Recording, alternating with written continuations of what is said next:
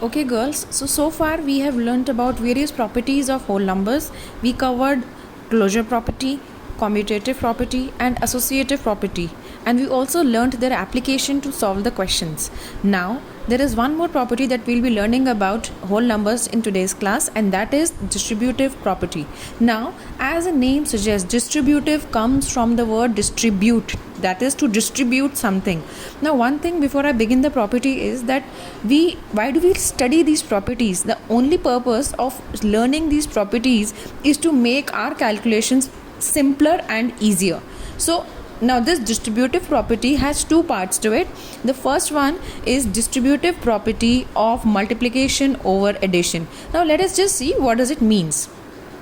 Suppose I give you a question, 265 into 104.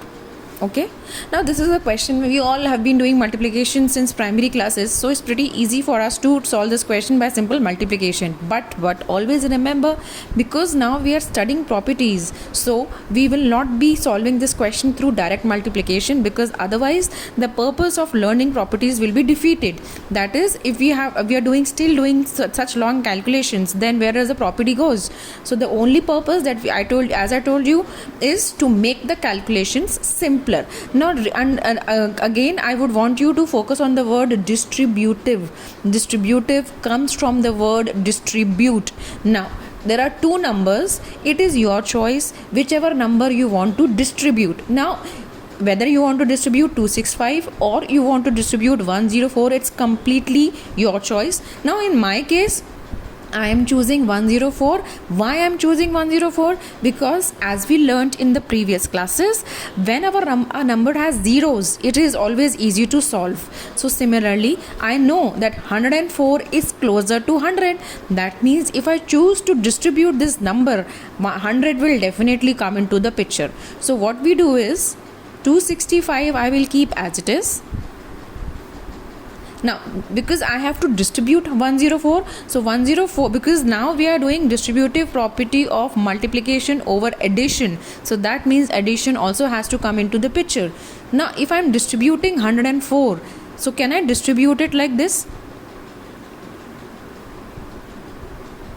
Because 100 plus 4 I know makes it 104, and I chose 104 because it was closer to 100, and I will get zeros in my question, which definitely is going to make my calculation simpler. So the first step was to distribute 104 as 100 plus 4.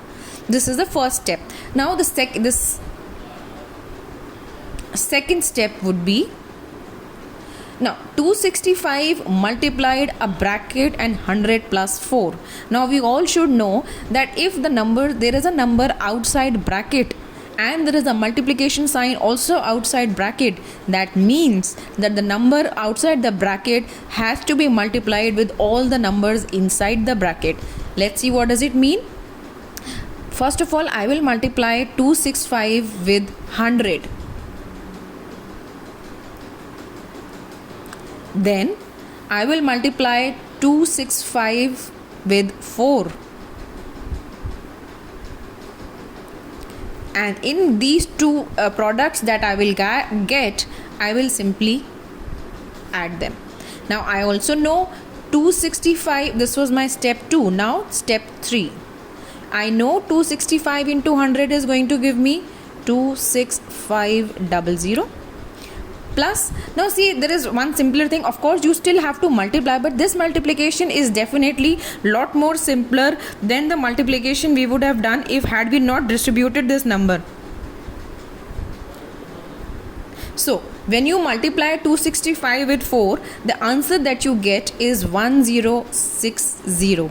And of course fourth step is to simply add the two numbers that you get as your answer in the third step, which is 26500 plus 1060, and the answer will be 27560. This completes your question.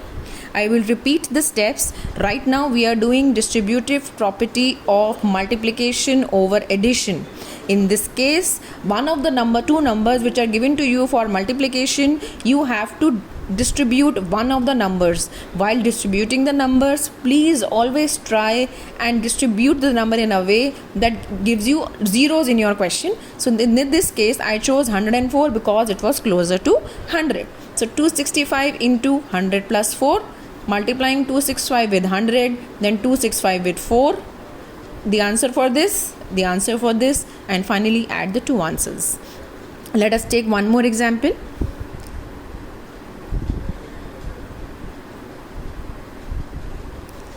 Again, one of the two numbers I will be choosing to distribute. I am choosing the second one. 45 into 100 plus 5. This is my first step. Now 45 with 100. 45 with 5 and addition. Third step, multiplying them. 45 into 100 is 4500 and 45 into 5 is 225. And lastly, I'll just be adding the two numbers, and this is my answer. Okay, now distributive property, this was the case of distributive property of multiplication over addition. There is another form of this property, that is distributive property of multiplication over subtraction. Let's see what does this means.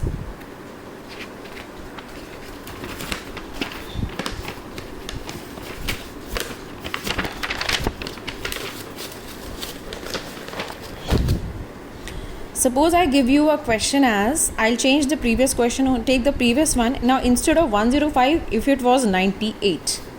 Okay, again you are expected to distribute a number. So I'm choosing, see, I always choose the second one, but there is no compulsion. You can also choose the first one for distribution.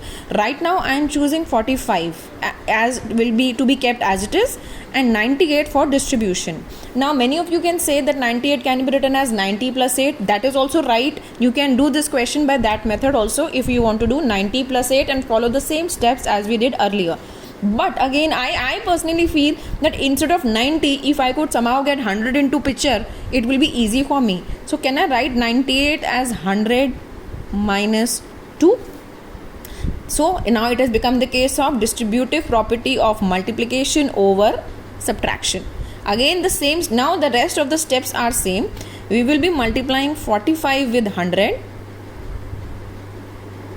then 45 with 2. This is my second step, and because there was a subtraction sign, so this time instead of addition we will be subtracting. Third step, multiplying these two,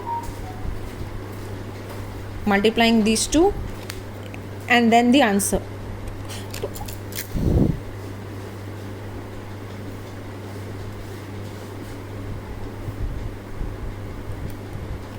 I hope both the forms of the property are clear to you. One is wherein you can distribute a number through addition. The other one is when you can distribute a number through subtraction. But in both the cases, the only thing that you need to keep in mind is that while you are distributing a number, please try and get as many zeros as possible, because that will definitely make your calculations very, very simple. If you want, I can take another example for this. Let me take 135 into, let's say, 95. Okay, so this 135 I will keep as it is. 95 I will distribute as 100 minus 5. First step. Second step is multiplying this, multiplying these two, and subtracting the answer. So when I multiply these two, I get 13500, and when I subtract them, multiply them, I get 675. And finally, you will be required to subtract the two numbers. So the answer comes out to be